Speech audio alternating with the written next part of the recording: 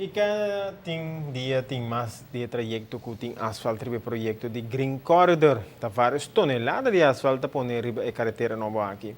Josie Cox está supervisando o trabalho de parte de DWay e está chamando a atenção de trabalho no próximo para de elemento em particular de engenharia de projeto aqui.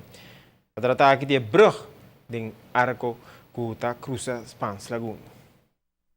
Isso com asfaltamento for de bani rotonda por chiquito, vindo a bom, tem a brug de Spaanse Lagoon. De próxima semana, tour lo qual aqui que está, mas nós temos um desses ingespoten cabo com a seta e sai vai worden asfaltar.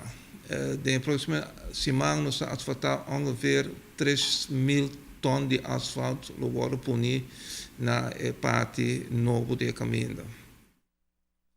Tocante de brug mes, atualmente nós estamos bezig com a parte de fundatie de brug. Na ono que botem dois pies de brug caba com a reforma de bases de brug mes. Atualmente nós estamos bezig atualmente na parte para riba de brug, na onde nós estamos preparando para baixar os últimos dois partes grandes de coluna que temos para sostener a brug. Den o próximo luna já brug mes é parte na onde que agora trabalha de brug lo começa a chegar. E assim na maneira que chega, nós lo começa a preparar também para vai começar a parte de armamento, maneira que pia de brug está claro.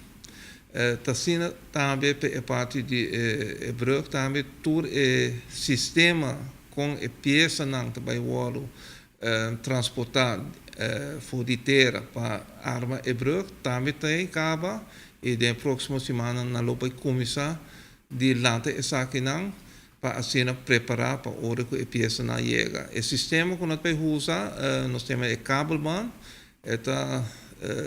um sistema de teleférico onde podemos dois cabos de ponto para outro ponto então via o cabo a peça não lo worden transportar para assim começar com o armamento de brug. E secretário-geral de FIFA arranha luz verde para cumprir esse trabalho. Estreia basquetebol com o programa durante a vacância. Não saber com muito mais informe, entre outros, deporte.